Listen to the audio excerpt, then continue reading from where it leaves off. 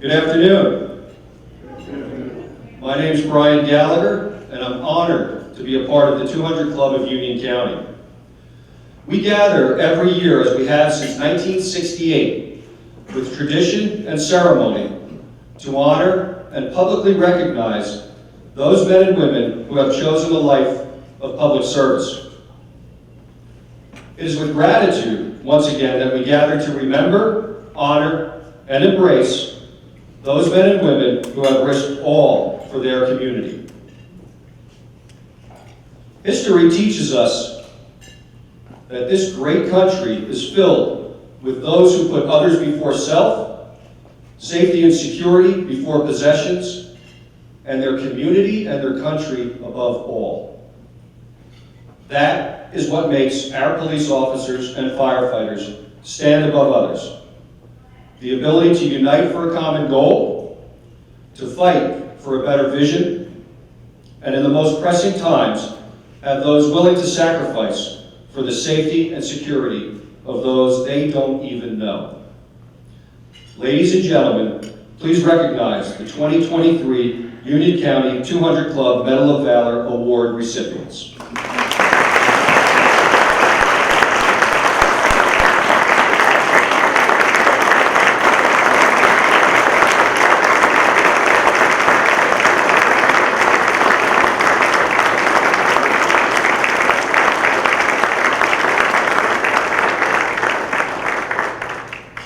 Please be seated. I'm going to ask that everybody please hold your applause until all of our Valor recipients have received their Valor medals. Our club president, George Wackenhofer, will be presenting them with their medallions.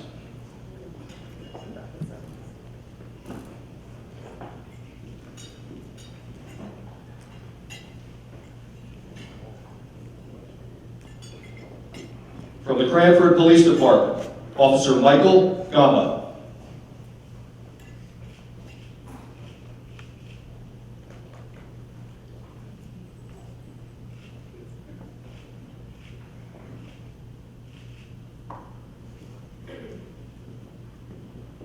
From the Elizabeth Police Department, Officer Matthew Fonseca.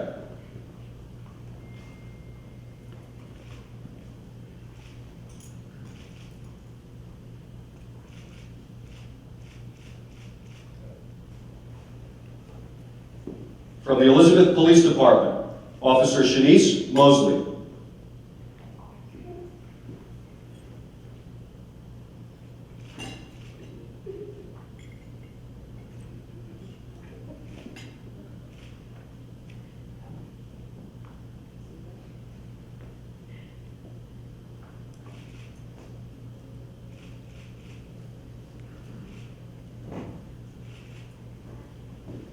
From the Plainfield Police Department, Lieutenant Christopher Sylvester.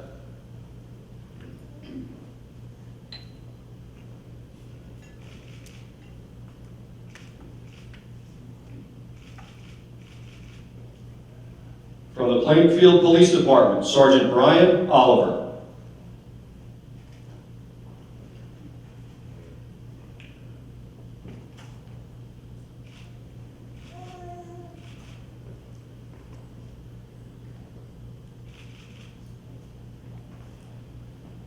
From the Plainfield Police Department, Officer Tyler James.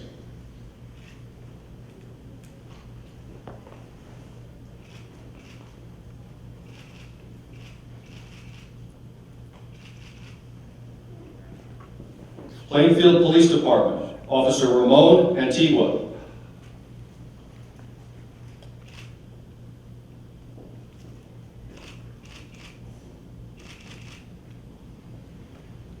The Plainfield Police Department, Officer Mauricio Mejia.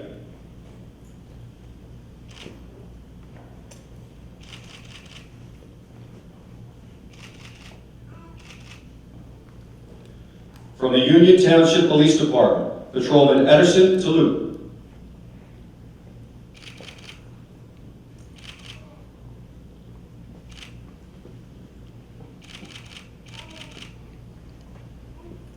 From the Union County Prosecutor's Office, Sergeant Kevin Colbeck.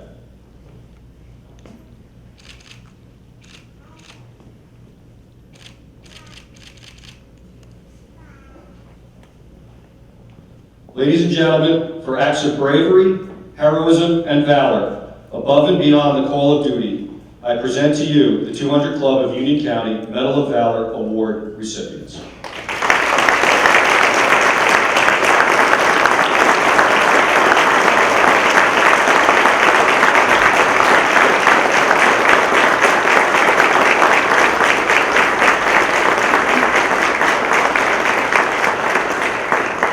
Please remain standing. Oh, nobody can see you.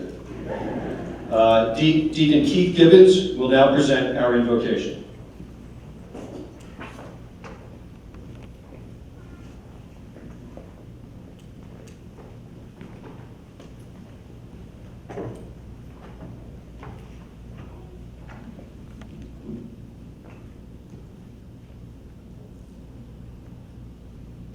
Please bow your heads.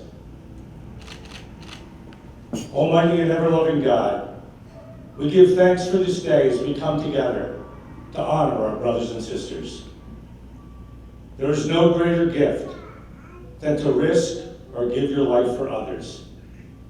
So we ask your blessing on all those being recognized today for their valor.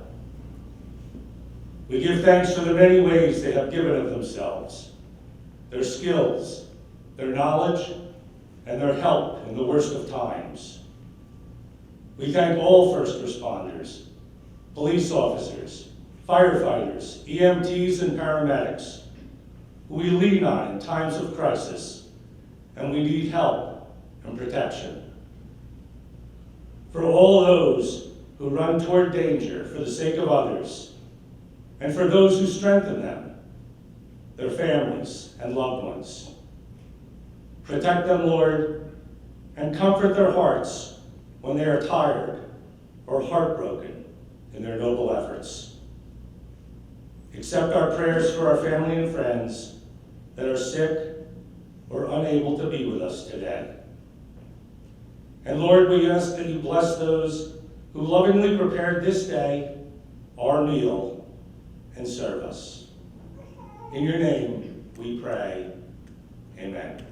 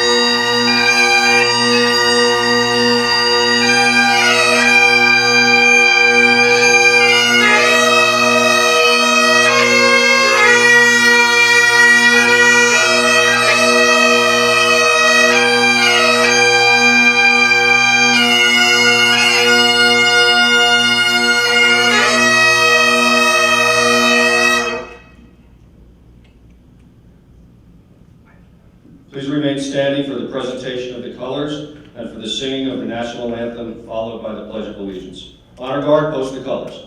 Honor Guard, post. Carry colors.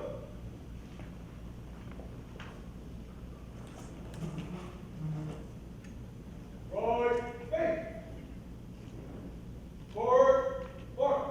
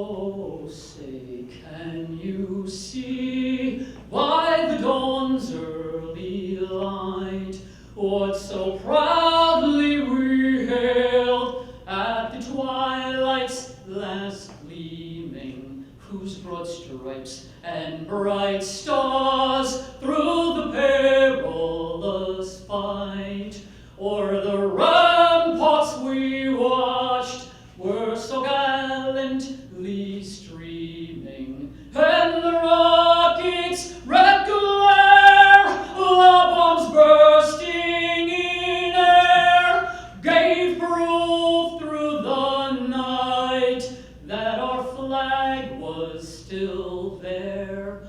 Oh, say, does that star-spangled banner yet wave o'er the land of the free and the home of the brave?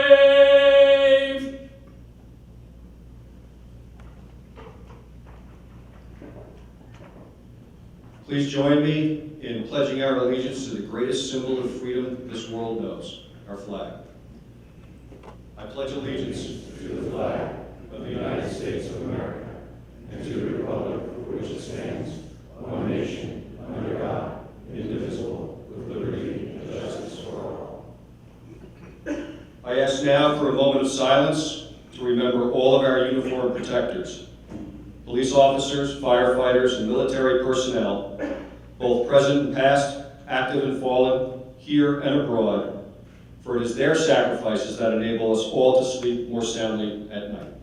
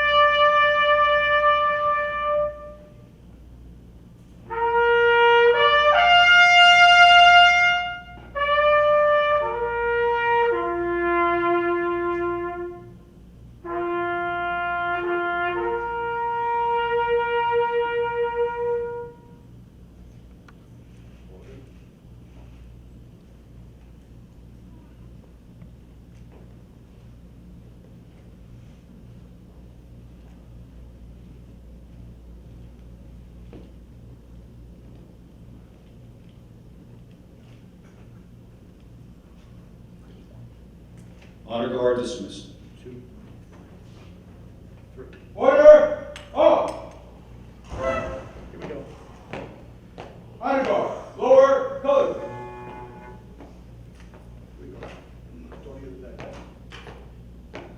Half right face.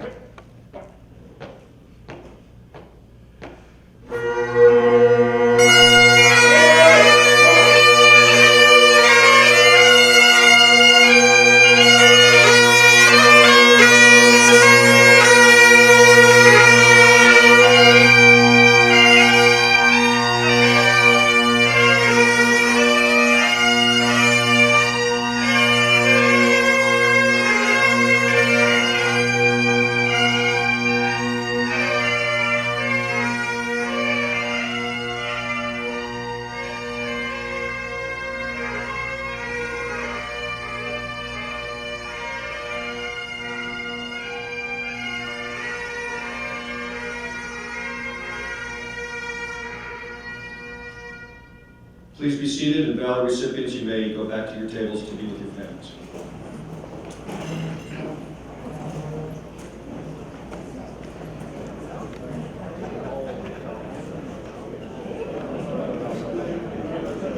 All right, folks, so welcome.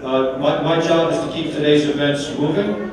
So I first want to welcome all of you to the 200 Club of Union County's 54th Annual Valor Award Luncheon.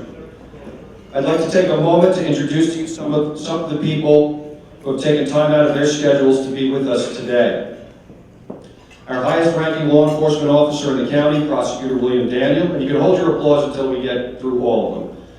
We have with us John H. Stamler, Police Academy Director, Chief Eric Mason. Chief has been a huge supporter of this organization for many, many years. A man who has spent the better part of his life in public service to his Union County community and is driven to make a better Union County, Sheriff Peter Corvelli.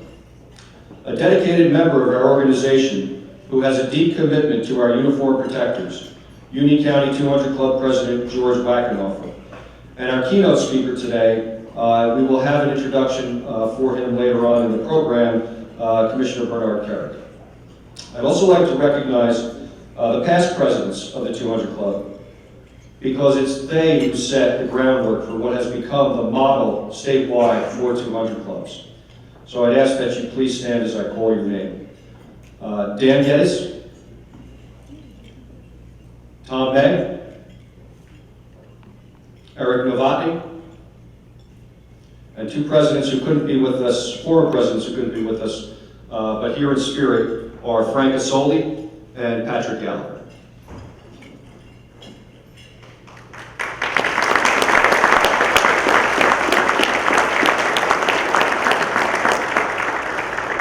So some extra special thank yous to those who have helped to make today special for these Valor recipients and their families. Piper Matt Glacken, a retired Elizabeth police officer and himself a Valor Award recipient. Union County Pipes and Drums, the Honor Guard from Elizabeth Fire Department, Elizabeth Police Department, and the Westfield Police Department. And Elizabeth Police Department Bugler Detective Alfredo Beltran. Anthem vocalist, and she's been doing this for years, and she's also a retired Port Authority Canine Police Officer, Marianne Baumbach. The folks that have spent the last 5 months planning today, will the members of the Valor Awards Committee please stand up? Don't be shy.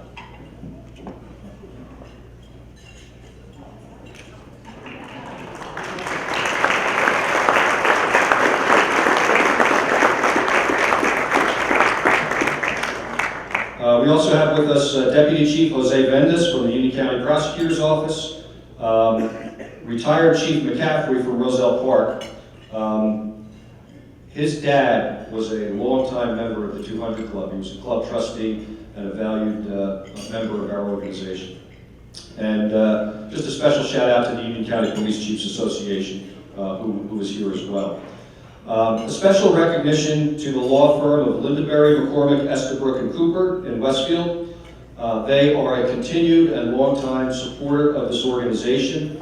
The late Ken Estabrook, the namesake to the firm, was a founding member back in 1968 of the 200 Club, and the firm has been an ardent supporter for almost 50 years, or actually more than 50 years. So thank you to the firm for the many years of support. And of course, our proud sponsors of our luncheon who helped to make this a very special event for these brave individuals. Make sure you patronize these folks. And so we have the Union County Savings Bank for going above and beyond as one of this year's primary Valor Award sponsors. Autoland, I think they've got a sale going on, so when you're done here, you can go across the highway. Sanitation Truck Repair, and PSE&G, a special thanks for keeping our lights on. We also have, and this is a unique one. So I think there's very special blessings for our Valor Awards recipients. One of our proud sponsors this year is the Archdiocese of Newark. So special thank you to the Archdiocese, and never a bad thing to patronize and visit them as well.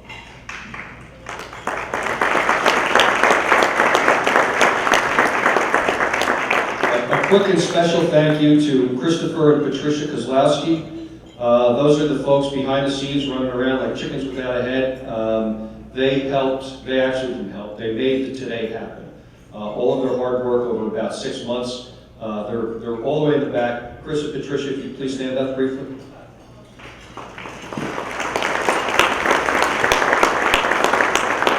They are the club administrators, and they help make sure that this club continues to be a successful organization so we can support our police officers and firefighters. And then a wonderful thank you to Anne Marie Williams and Peggy Briggs, the organized ladies at the front door who helped all of you find your seats today. At this point, you're allowed to speak because we're going to take a short break. We're going to get dinner or lunch on the tables. and then we'll continue on with our program once all the plates are served. So thank you.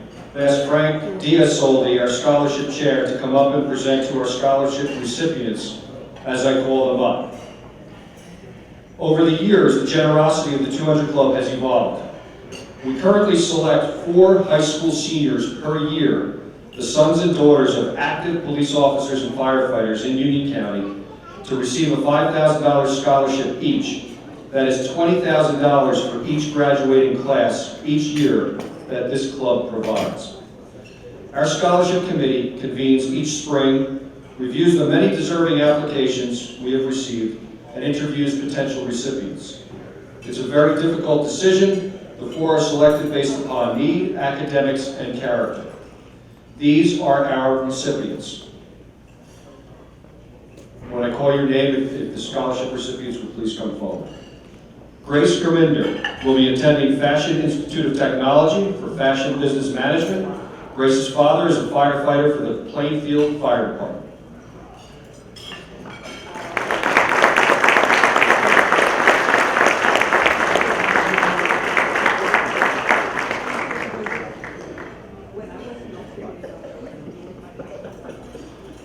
Gianna Marchia will be attending Ramapo College of New Jersey for biology and dental. Gianna's father is a firefighter for the Rawway Fire Department.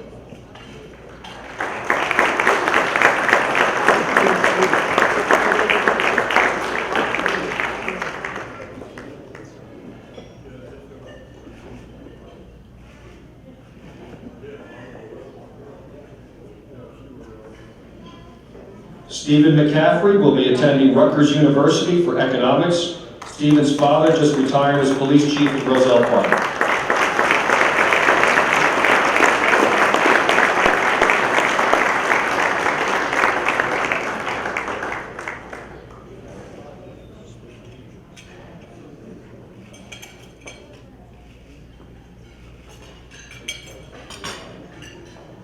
And Shania Medina will be attending Rutgers University for exercise science, physician's assistant track.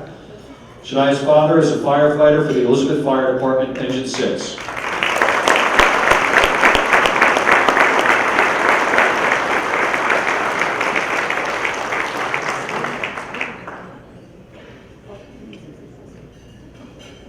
These students are the class for our future, the class of 2027. And I always like to do this, just to make you feel a little old or older. These kids were born around the year 2004.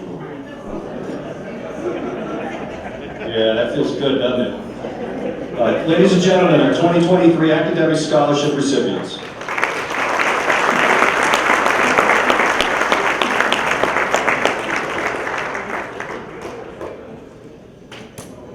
For more than 30 years, Bernard Carrick served his country with distinction, honor, and valor, most notably as New York City's 40th Police Commissioner, in command of the NYPD on September 11, 2001, and responsible for the city's response, rescue, recovery, and the investigative efforts of the most substantial terror attack in world history.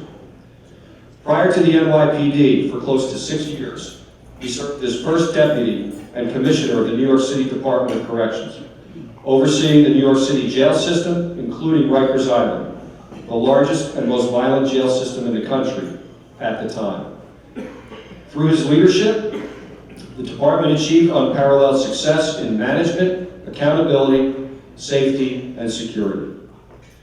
He has spent 10 years working in the Middle East for the ruling families of Saudi Arabia, the United Arab Emirates, and Jordan, and in 2003 was appointed by the White House as the interim minister of the Interior of Iraq following the fall of Saddam Hussein. Considered one of the most decorated police commissioners in the history of the New York City Police Department in the line of duty, he has rescued people from burning buildings, been stabbed, shot at, and saved his partner who had been wounded in a gun battle. He survived the terror attacks of 9/11 and a bomb plot in Iraq. He has been the target of numerous death threats, seized tons of cocaine and millions in drugs, proceeds from the Cali cartel, and brought cop killers, Colombian drug lords, and Iraqi terrorists to justice. His service to his country has been recognized in more than 100 awards for public and heroic service, including the New York City Police Department's Medal for Valor and 29 NYPD medals for excellent and meritorious service. He has been commended for heroism by President Ronald Reagan, received the DEA Administrator's Award, 2 Distinguished Service Awards from the U.S. Department of Homeland Security, the Ellis Island Medal of Honor, and an appointment as Honorary Commander of the Most Excellent Order of the British Empire by Her Majesty the former Queen Elizabeth II. Ladies and gentlemen, please welcome Commissioner Bernard Kerrick.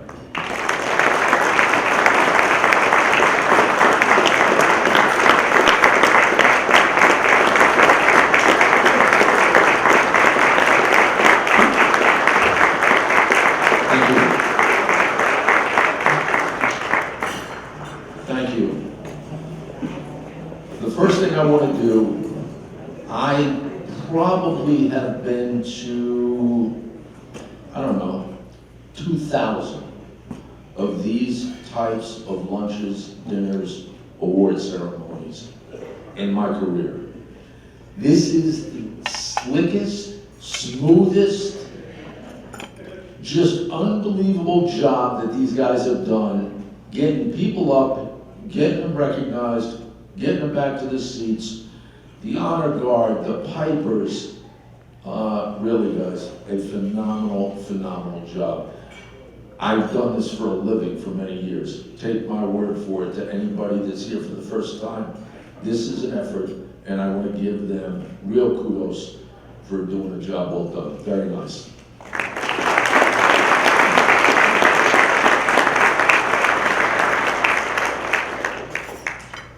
So we're here to talk about Valor. We're here to talk about 10 people that received the Valor Awards from various police departments in Union County. I want to talk to you for a second about a hero of mine, who I consider a hero. Back in 1988, in the New York City Police Department, there was a New York City cop. His name was Joseph Viggiano.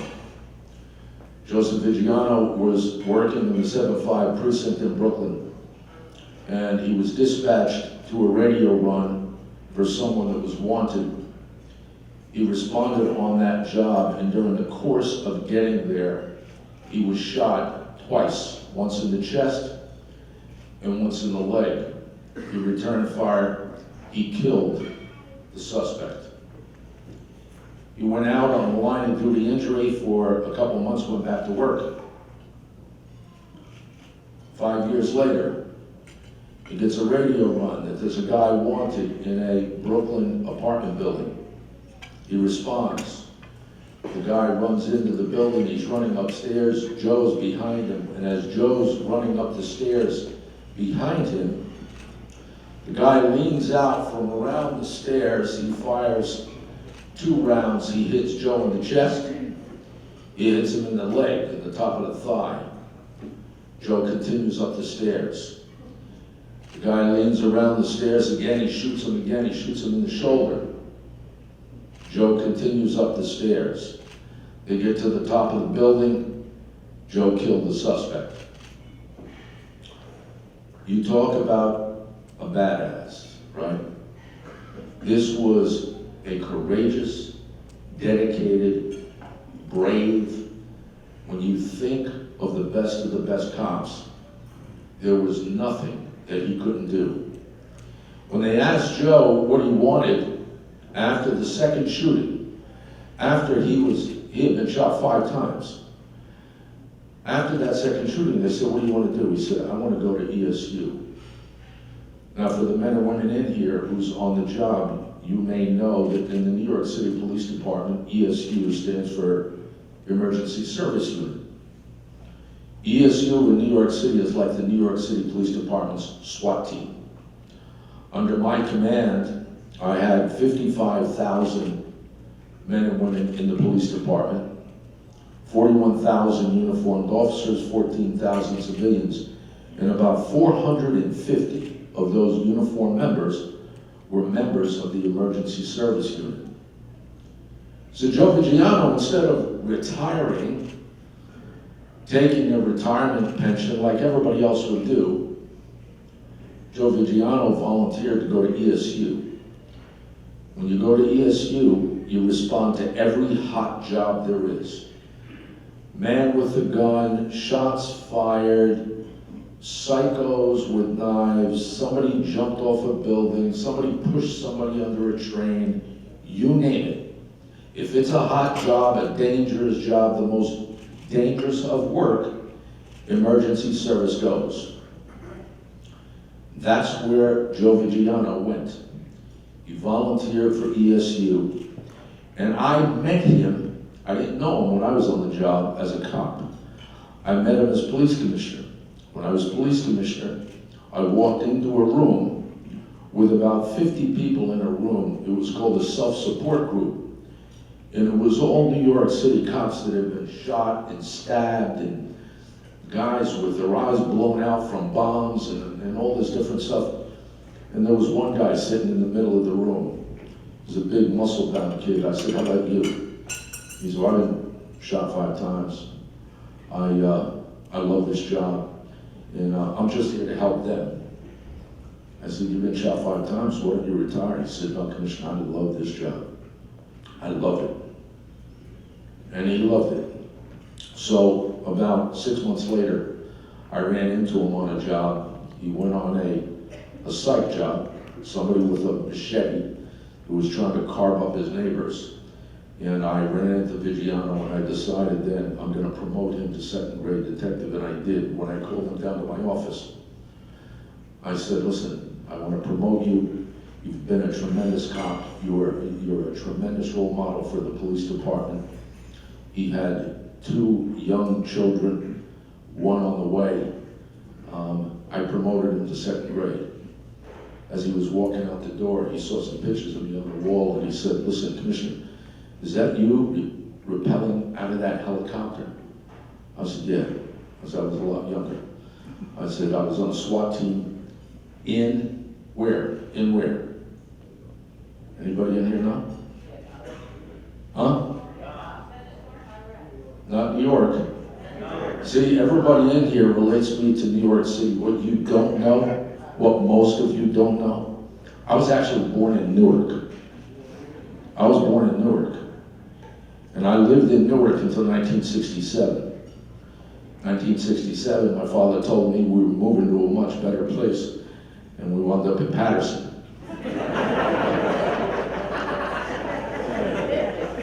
So I went to Eastside High School long before Joe Clark got there to clean it up. I stayed in Patterson until I was 18. I went in the military, and I took off. That's where my career took off. But everybody relates me to New York City. What they don't know is that I'm from Newark, raised in Patterson, and eventually I went back to Patterson, was a correctional officer in the Passaic County Jail, and eventually I took over that jail as the warden. And for all the chiefs in here, for the prosecutors, for the chiefs, you'll get a kick out of this. I was a chief. I was the warden of the Passaic County Jail. I had a white shirt. I had stars, gold shield. I had a car sitting outside. And in 1986, I walked out the door. I quit, and I became a New York City cop. And 6 months later, I was walking a foot post in Brooklyn. People laughed at me. They said I was nuts. 14 years later, I was the police commissioner. So when Vigiano was in that office, he saw me rappelling out of a helicopter. That was from Passaic County, my Passaic County days. And he asked me, he said, "Listen, Commissioner, every Saturday we go up on the Brooklyn Bridge, and we train up on the Brooklyn Bridge for jumpers, people that jump off the bridge." He said, "You should come with us." I said, "Really?" I said, "No thanks." I said, "Those days are over."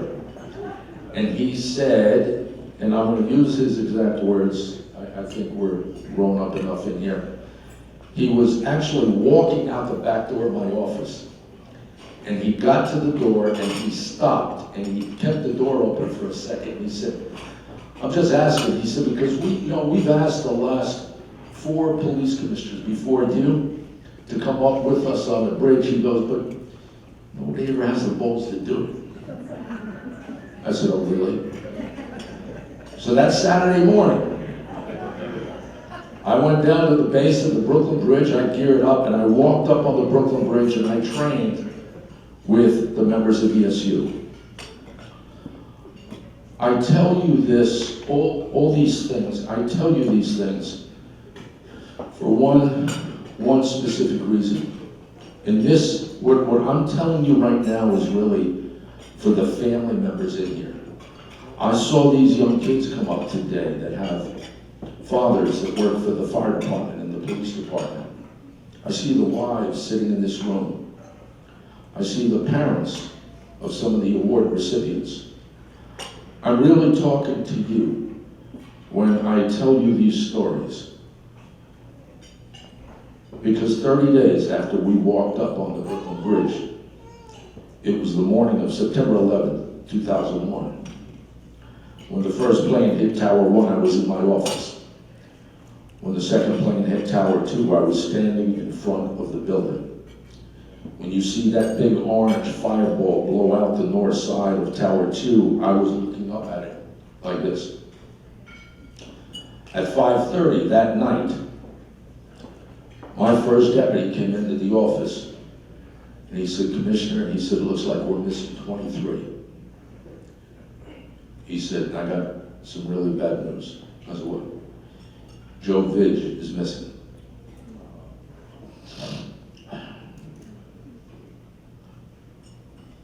Joe Vigiano died that day. And he died with his brother. His brother was a New York City fireman. They went to work that day just like any other day. They went to work that day believing that they were going to help anybody and everybody they could, just like they did every other day. When that radio screams from a 911 call, they didn't care what color the person was on the other end of the job. They don't care what their religion was. They don't care where they came from. If it was a call for help, they were going. On September 11th, it was like no different day than any other. At 8:46 that morning, when the call came out that the first plane hit Tower 1, they went. They never came home. The 10 recipients of the Valor Awards today, they're no different than Joe Vigiano. None. They go out every single day and they do a job that normal citizens would never have the courage to do. And they do it, for the most part, underpaid, underappreciated. But they do it because they want to help their communities. I have no greater respect and admiration for the people that do this job and do it well. So to the recipients of the Valor Awards, I'd like you to stand up for a second. I have a personal gift for you. How many people in this room watch Blue Bloods? You ever see Blue Bloods on TV? All right, let's not get carried away, okay? First of all, Tom Selleck plays the New York City Police Commissioner, okay? I constantly remind him when I run into him in New York City that he is extremely overpaid. And when I was a cop, mind you, I had a much better mustache than he did.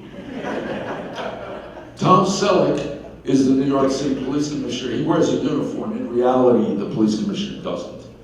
But on that uniform, he wears this shield. This is the New York City Police Commissioner's shield, and it's a duplicate of the real one. I don't carry the real one because the real one was cast-dyed by Tiffany. So the ladies in here, you would like that. And the real one, the first The first New York City Police Commissioner Shield was created for the first police commissioner, and that was Teddy Roosevelt in 1897. Before you retire as police commissioner, you are given a duplicate of that real shield. I don't normally carry it. I don't normally bring it to events except for things like this, because I think it's important for men and women like these to see this and understand what it represents. This is the actual shield. It's 18 karat gold. It has 5 platinum stars, and it was cast iron back in 1897. This is the shield of the NYPD. What you're going to be given right now is a challenge coin from me with that shield on it, and it has something else. At the bottom of the challenge coin, it has a black medal. That black medal has WTC on it.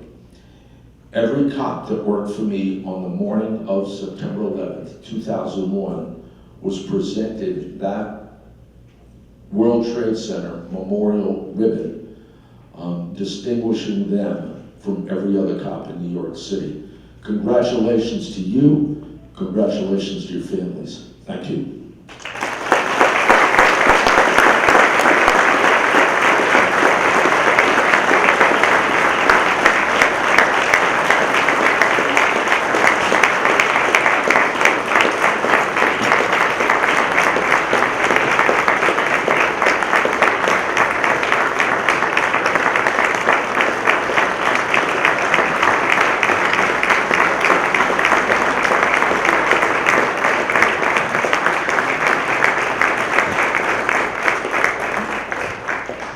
Commissioner Carrick, I know you have received many honors, and this one is from us here in Union County, our respect for you. It's from our Board of Trustees, executive officers, and our membership. You were here to celebrate our 53rd annual Valor dinner and luncheon, and you've made it very special for all of us. Thank you so much.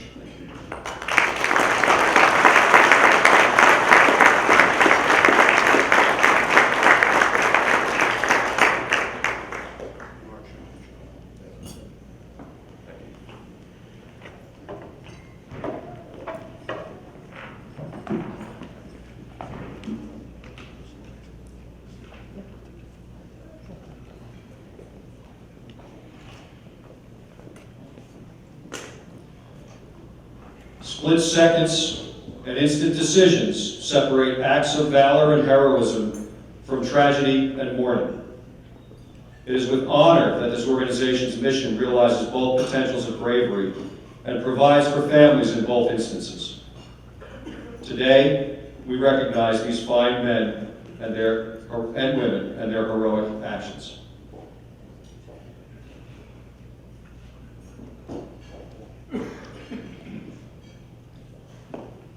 In addition to the Valor Award Medal already bestowed and which is given to very few individuals, each of these men and women is presented with a plaque, honor bars for the uniform, which have been sanctioned statewide as a part of every department, a challenge coin as a memento for a family member of their choosing, and a check, all as our small way of saying thank you, and we recognize your actions and dedication.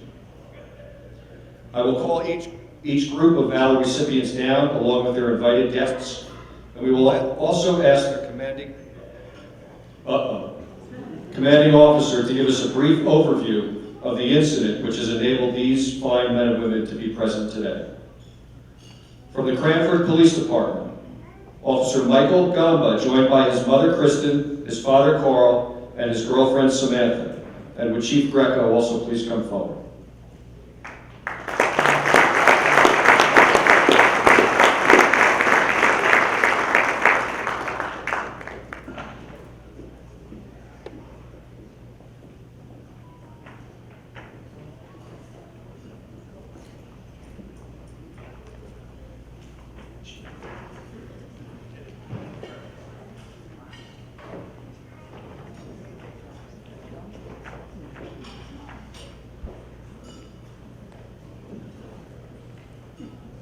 Good afternoon, everybody. First, I'd like to thank the 200 Club of Union County for allowing me to speak at such a tremendous event.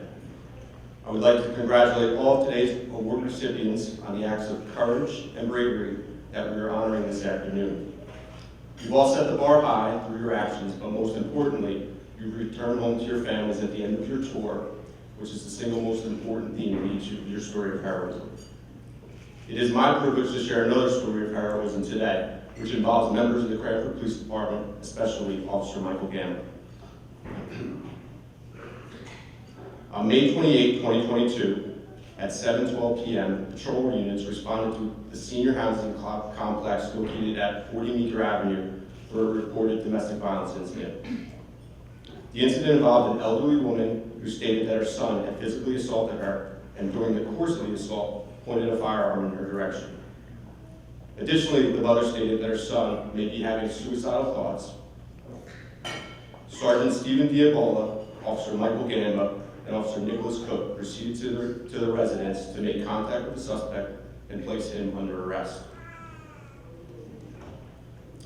As each of the officers arrived on the scene, it was determined that the suspect had already left the residence and was walking in the neighborhood. Due to the beautiful spring night, there were many pedestrians in the area, which made the situation more complicated. Officer Michael Gamba spotted the individual walking down Meeker Avenue towards the apartment complex. Utilizing a ballistic shield, the officers tactically approached the suspect, placing themselves in the line of fire should the suspect still be armed. As Sergeant Diabola began the approach, the suspect began to back away, ignoring the verbal commands of the officers. Fearing that the individual may still indeed be armed with a handgun, Officer Michael Gamba exited his position of cover and moved quickly towards the suspect. As Officer Gamba approached the suspect, reached into his waistband and began to raise a black semi-automatic firearm. Officer Gamba immediately recognized the firearm and without hesitation placed himself in direct danger in what was most certainly a deadly force encounter. Officer Gamba grabbed hold of the firearm by placing his hand on the slide and wrestled the firearm from the suspect's hand. Officer Cook and Sergeant Diabola immediately tackled the suspect to the ground and placed him under arrest. The heroic actions by all three officers almost certainly prevented injuries not only to themselves, but also to innocent pedestrians in the area. Once the scene became stabilized and the suspect was in custody, it was determined that the firearm was a loaded 9mm polymer 80 Inc ghost gun. The significance of this incident has brought much attention to the topic of ghost guns. This gun was ordered in numerous pieces via the internet as the suspect, a known drug user with psychiatric issues, would never have been able to legally own this firearm. As our profession comes under daily scrutiny and violence in the tri-state area continues to rise, each of the officers truly prevented a potentially dangerous situation which undoubtedly could have ended with the use of deadly force. As law enforcement, we understand that there's an inherent risk associated with coming to work each and every day. It is my honor to introduce each of you to Officer Michael Gamba and publicly congratulate him on a job well done.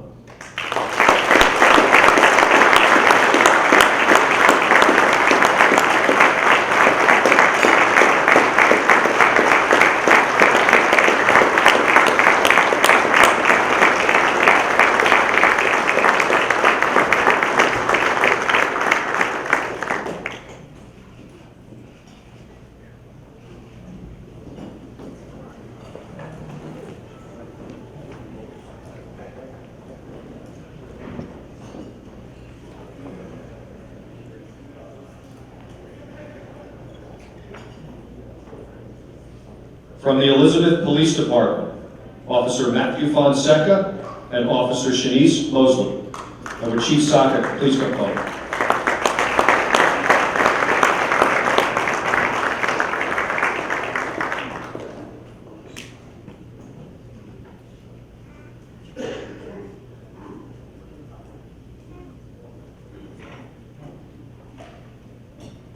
Good afternoon. Thank you to the 200 Club for supporting our officers during, not only during their heroic events, but year-round. Everything that police officers do is supposed to be judged by a standard of reasonableness. It's not always so. However, one thing that we can always point to is the support we get from the 200 Club and their wishes that every one of our officers do their best. On March 2nd, 2022, Detective Mosley and Officer Fonseca were on patrol in Elizabeth at about 3:22 in the afternoon. They were traveling north on 2nd Street. When they saw the vehicle approaching in their direction, they believed that the driver of the vehicle was a wanted suspect for murder. Officer Fonseca had just made a motor vehicle stop with the same suspect a few days prior. However, when he stopped them then, the warrants weren't signed yet. They believed that they recognized them, and they made a U-turn and started to follow the vehicle. At this point, the violator initiated a pursuit, began driving erratically. Now, for those of you who have ever been in the city of Elizabeth at 3:22 p.m., the first question you probably ask is, why am I here? Because traffic doesn't move. Elizabeth has 60 schools. They all release about 2:45 to 4 p.m. You can watch a traffic light turn 3 and 4 times. So this is the type of traffic that they're facing. The first thing that the police officer has to do when they're going to engage in a pursuit is they have to make a conscious decision whether the value of apprehending the people outweighs the risk that they're going to face. Another problem that they had was that at this time, during the history of policing, this was the strictest vehicle pursuit guidelines that were ever put on our police officers. The standards that they had to meet were under threat of being charged with a third-degree crime if they violated them. The officers continued their following the vehicle, and it continued to drive erratically. The vehicle passed a school bus in the wrong direction. They called out with their pursuit, and their supervisor authorized it. And for everybody who isn't in the police world, when this engages, every supervisor that listens on that radio is responsible for the actions of the officers. So every person within the department, all the way up to the office of the chief, were listening to make sure that the guidelines were being followed. They called out their pursuit and continued. The driver continued to drive erratically. When he came to a street about 4 blocks away, there was 2 double-parked school buses, children being let off, and 2 vehicles stopped in the opposite direction. The driver attempted to squeeze through them, struck one of the vehicles. The vehicle wasn't disabled, and continued on the way. Now, the supervisors and the officers had to make a decision at this point. Did they let the person go, or did they continue to pursue them? Because now they're responsible for any actions that this driver takes. God forbid they should hit and strike a pedestrian. The decision was made to continue to allow the pursuit. I was working that day, contacted the radio room, and collectively we decided that the person was wanted for murder. The person was believed to be armed. We had had a string of shootings related around this person. And just because the police stopped following with their lights and sirens didn't mean that they were going to stop driving the way they were. Fortunately, as they turned the next corner, they wiped out. They struck one vehicle, which spun them, and they struck into a parked vehicle. The 2 police officers calling out the pursuit did an outstanding job. With their clarity, they remained calm. They were able to not crash into the vehicle as it crashed as well, which allowed them to tactically exit their vehicle and engage the driver and the passenger at gunpoint. The driver exited the vehicle, spun, faced them, and immediately reached for a handgun in his waistband. However, he realized that the police officers had gotten the drop on him, and he thought better and threw it to the ground. The passenger who stayed in the vehicle was subsequently arrested as well. And inside the vehicle, they found another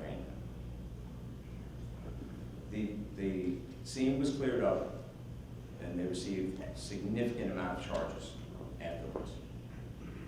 The Elizabeth Police Department is proud to have Detective Mosley and Officer Fonseca within their ranks, and we thank the 200 Club for honoring them.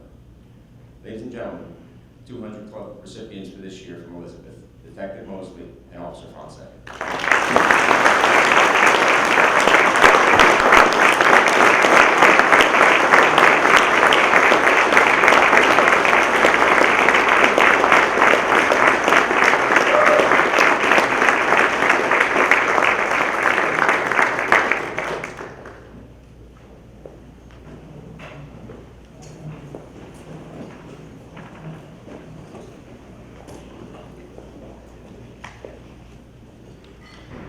From the Plainfield Police Department. All right, Plainfield's in the house. Lieutenant Christopher Sylvester, who was also a Valor recipient last year. He's joined by his wife Jill, his son Maxon, and his daughter Michaela, and soon to be another son. So, congrats. Sergeant Brian Oliver, joined by his wife Jasmine.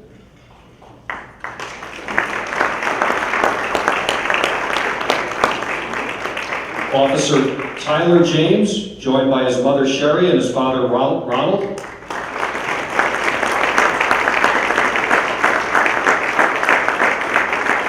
Officer Ramon Antigua, joined by his wife Violfis, his daughter Anna Lee, and his son Emmanuel.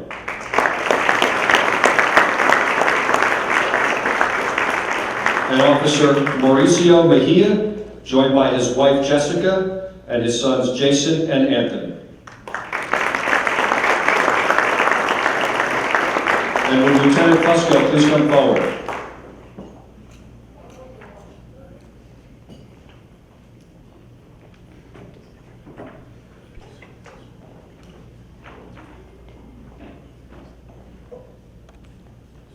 Give me a second on that, I gotta put on my glasses.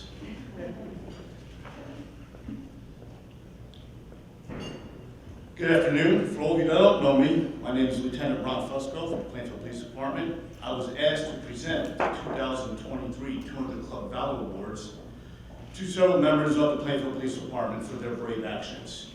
As you know, it's Lieutenant Christopher Sylvester, Sergeant Brian Oliver, Police Officer Tyler James, Police Officer Ramon Antigua, and Police Officer Mauricio Mejia.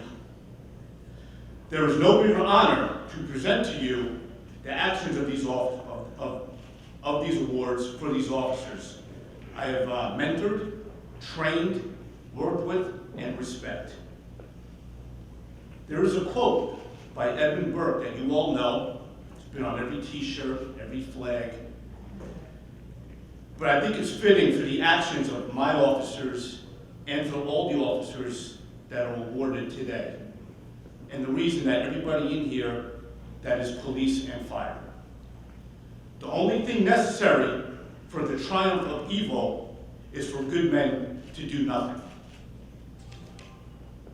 On 8 July 2022, North Plainfield Police Department was engaged in a motor vehicle pursuit into our city where the driver was driving recklessly. North Plainfield terminated the pursuit as they entered our city, and the suspect continued to travel into our downtown area. The suspect then threw shots where a civilian was walking and was almost struck. We believe now that he was trying to hit a Plainfield police radio car that was parked unoccupied in the area. The suspect then circled the area to where he was now traveling west on West Front Street. This is one of our business districts that has a high volume of pedestrian and motor vehicle traffic. During this time, several of our officers were working off-duty road jobs that just happened to be within a block of this area. It was like 4 road jobs. The suspect, traveling at a high rate of speed, was now traveling west on West Front Street and was approaching a civilian who was riding a bicycle. While watching the Plainfield city cameras, we observed that the suspect intentionally collided with this civilian and instantly killed him. He then continued to travel west, where now he was approaching Officer Antigua, who was standing outside of his radio car. The suspect swerved and almost struck Officer Antigua. At this time, the minivan accelerated and continued to travel west toward Officer James, who was standing outside of his radio car just a few hundred feet away.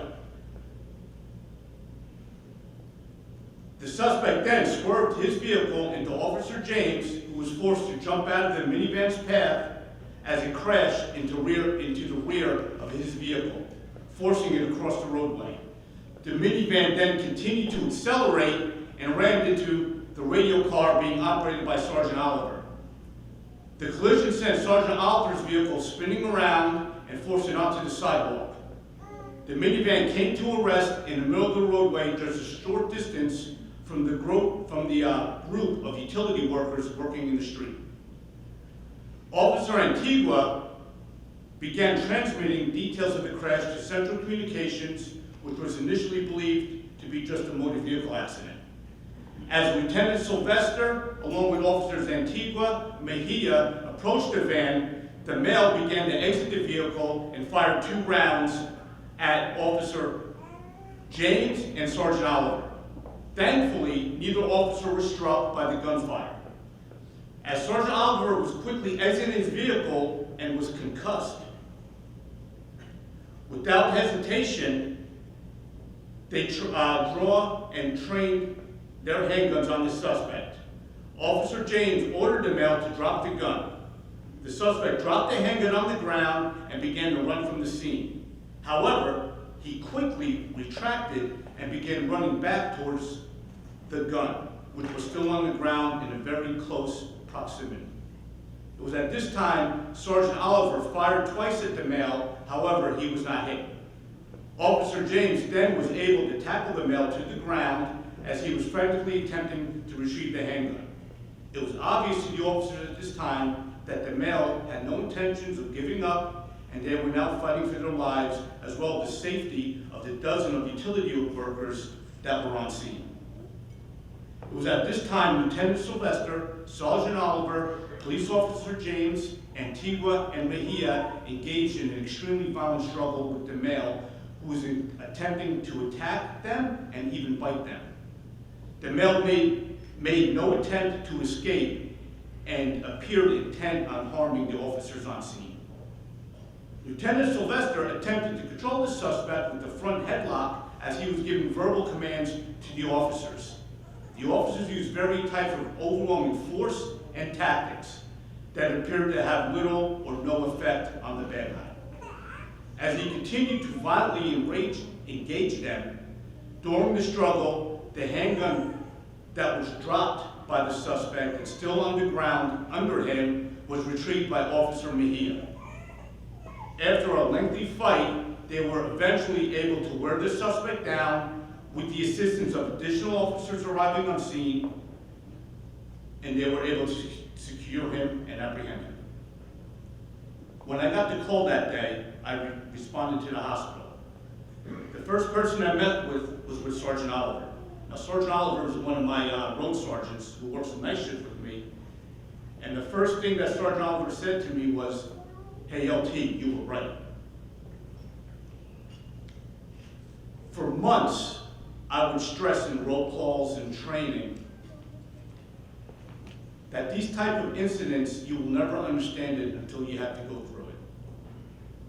When I spoke to Lieutenant Sylvester, who, as you know, this is his second award for Valor, and has been in police combat for over 20 years, when I spoke to Chris, he said, "Ronnie," he goes, this was a problem. And when Lieutenant Sylvester says that this was a problem, I knew what these officers went through was something that I wouldn't wish upon anybody.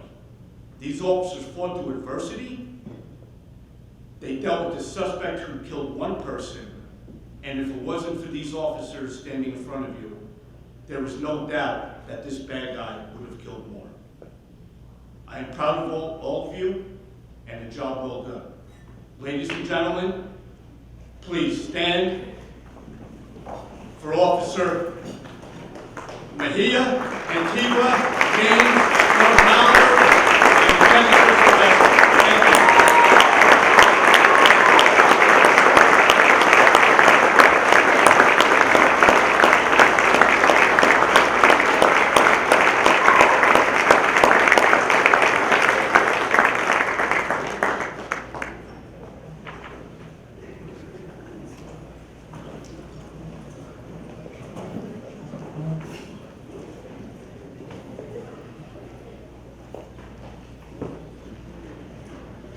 From the Township of Union Police Department. All right. Patrolman Ederson Taluk, joined by his wife Ellie, his son Kai, his daughter Daphne, and his mother Rosny. Would Deputy Chief Breslow also please come forward?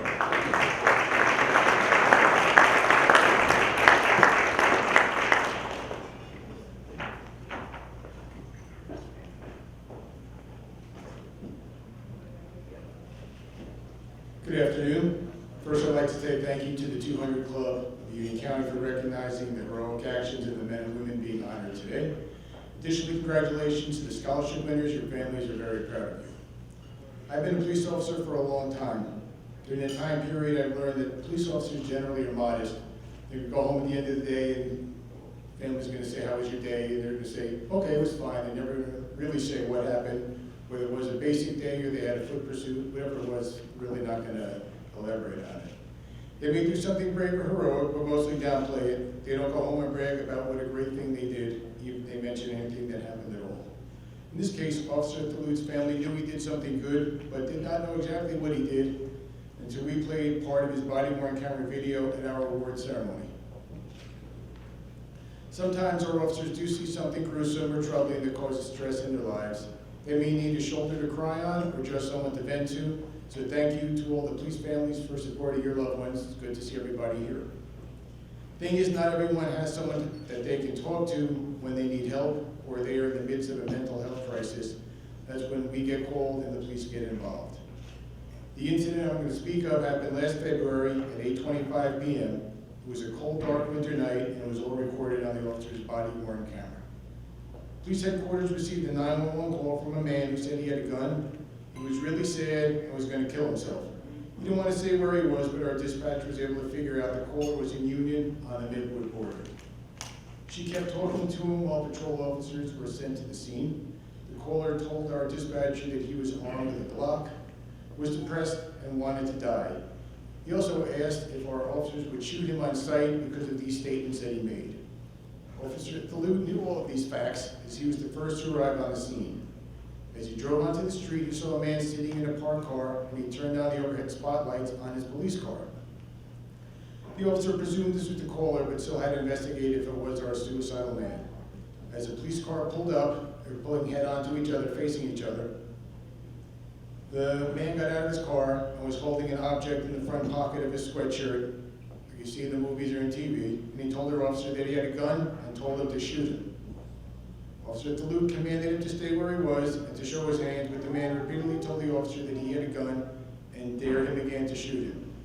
He then approached the officer in a threatening manner, walking up to the police car and looking into it, but he didn't see where the officer was because he had backed up strategically into the shadows of the street and maintained a distance from the man, who continued in his threatening manner and who continued to dare the officer to shoot him while holding his hand with an object in his pocket. This is a classic shoot, don't shoot scenario. Officer Thalut made a split-second decision that the man did not have a gun hidden under his clothing, or if he did have a gun, that he wanted to take control of him before the man was able to take the gun out of his pocket and use the gun. Instead of shooting him, he tackled the man in the street, wrestling with him until help arrived, and backup officers restrained and handcuffed the man. Even while handcuffed, and with many officers present, the distressed man kept begging our officers, "Please shoot me, please kill me, just end it." When you realized we were not going to shoot him, he told us that he was going to take one of our guns and use it on himself. Officer Thalut could have shot the man. Instead, he's being honored for what he did not do. He did not help the man commit suicide. The man was not arrested, and no, he did not have a gun.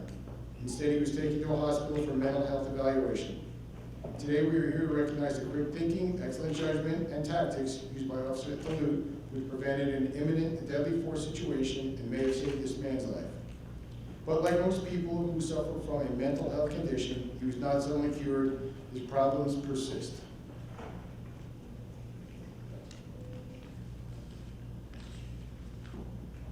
And we've dealt with the same man 2 more times for mental health issues since this call.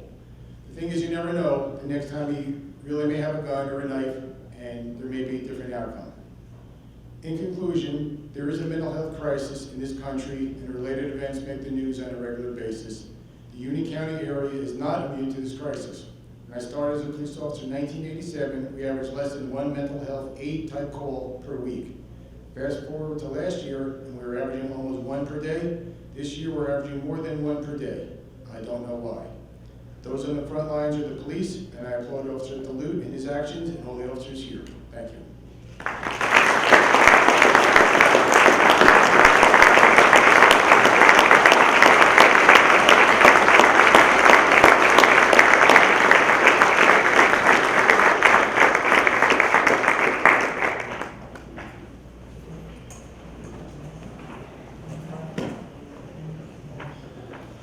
From the Union County Prosecutor's Office, Sergeant Kevin Kolbeck, joined by his wife Michelle, his son Dominic, his daughter Valerie, and his parents Kevin and Joanne Kolbeck. Will Captain Cameron Webb please come forward?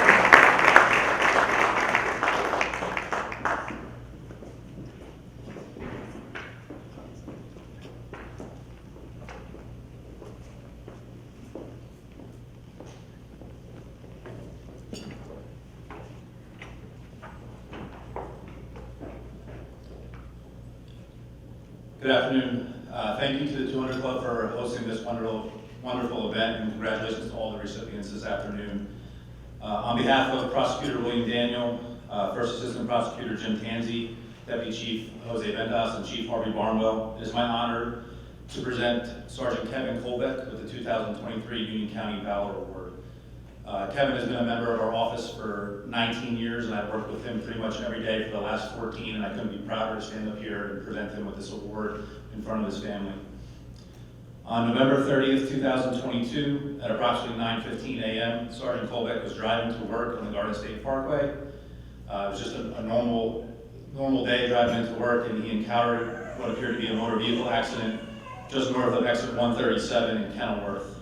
As Kevin approached the scene, he observed that a Chevrolet Envoy sport utility vehicle was flipped onto the driver's side and was starting to fill with smoke. Immediately, Sergeant Kolbeck activated his emergency lights and pulled behind the Envoy. At this point, he could see that there was someone moving inside the vehicle and learned that the driver was actually trapped in the driver's seat as the smoke started to persist and fill the car. Without hesitation, Sergeant Kolbeck retrieved an entry ram from his vehicle, one that he's used many times to execute many search warrants and narcotics with the SWAT team, but never quite in this way. As he removed the ram, he started to strike the windshield of the car and eventually was able to port a hole big enough in the windshield to actually escort the driver out of the vehicle. An FBI agent actually pulled up on the scene as Kevin was striking the windshield and helped him pull the driver out of the car. She eventually was found to be the sole occupant in the Envoy, and they were able to pull her from the car as it filled with smoke to safety. Kenilworth Rescue Squad eventually transported her to the hospital, and she was later released.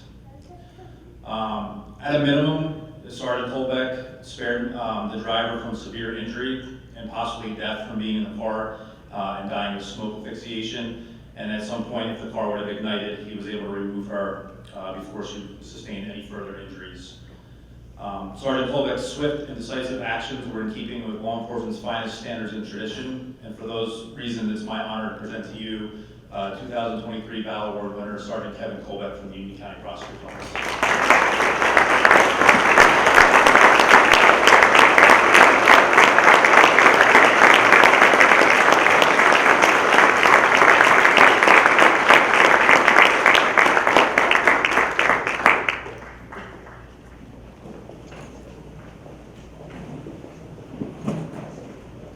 So on behalf of the 200 Club of Union County, I'd like to thank you all for taking the time out of your busy schedules to attend today's event.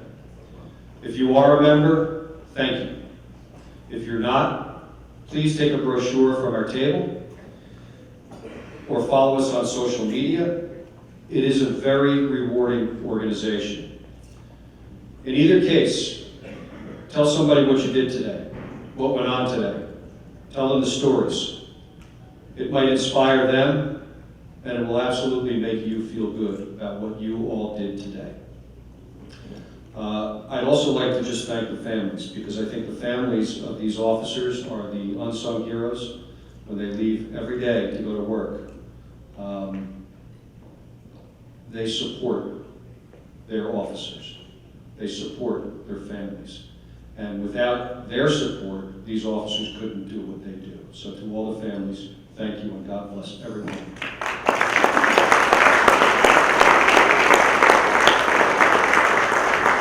A benediction, Deacon Keith Gibbons.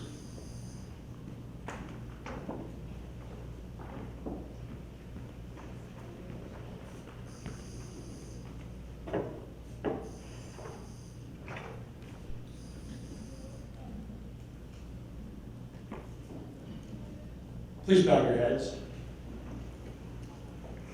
Almighty and ever-loving God, please be with these men and women in uniform who bravely serve our community and nation every single day. We ask that you cover them with your protection, that you would be their guiding force who leads the way, and the rear guard who keeps them safe from behind. We ask that you would draw them to yourself amidst the dangers they face in a dark world.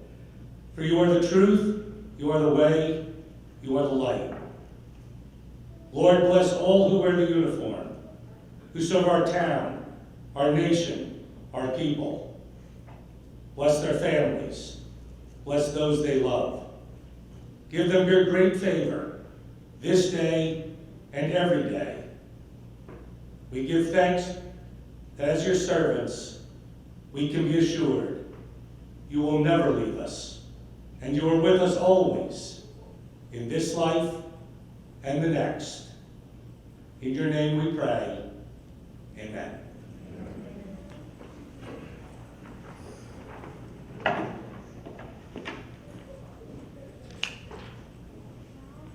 So to all the police officers and firefighters in the room, just a parting word. You don't know us. You don't know who the members are, mostly of the 200 Club of Union County. But we know you. We know what you do every day. We support you. Know that there is a large contingent of folks out there that support what you do every single day. You can always count on the members of the 200 Club of Union County to be there when you need it. Thank you. Safe travels home. God bless all of you. Thank you.